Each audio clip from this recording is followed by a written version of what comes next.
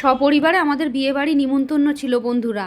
তা আমার হাজব্যান্ড, বড় মেয়ে, ছোটো মেয়ে সবাই বিয়েবাড়িতে গেছিলো।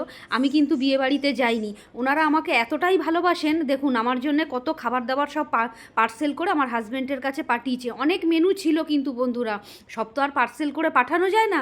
তা ওনারা দেখুন কত সুন্দর করে আমার জন্য পার্সেল করে পাঠিয়েছে। পার্সেলে ছিল বাসন্তী পোলাও, কাশ্মীরি আলুর দম, তারপরে শীতকাল মানেই কড়াইশুঁটির কচুরি, আবার ভেটকি মাছের পাতুরি, আর এদিকে মাটন কষা দিয়েছে, সঙ্গে দিয়েছে দুটো লাল জাম।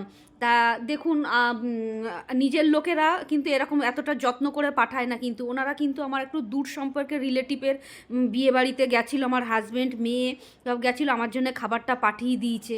খাওয়াটা কিন্তু বড় কথা নয় বন্ধুরা, জানো তো, এই যে ভালোবাসা আর আন্তরিকতার যে ভালোবাসাটা, এটাই আমার কাছে কিন্তু অনেক। তা হাজব্যান্ড সারাদিন ভাত খায়নি বলে ওনাকে ভাত দিয়েছিলাম, আর আমি একটু বাসন্তী পোলাও নিয়েছি মাটন কষা দিয়ে খাচ্ছি। টাটা।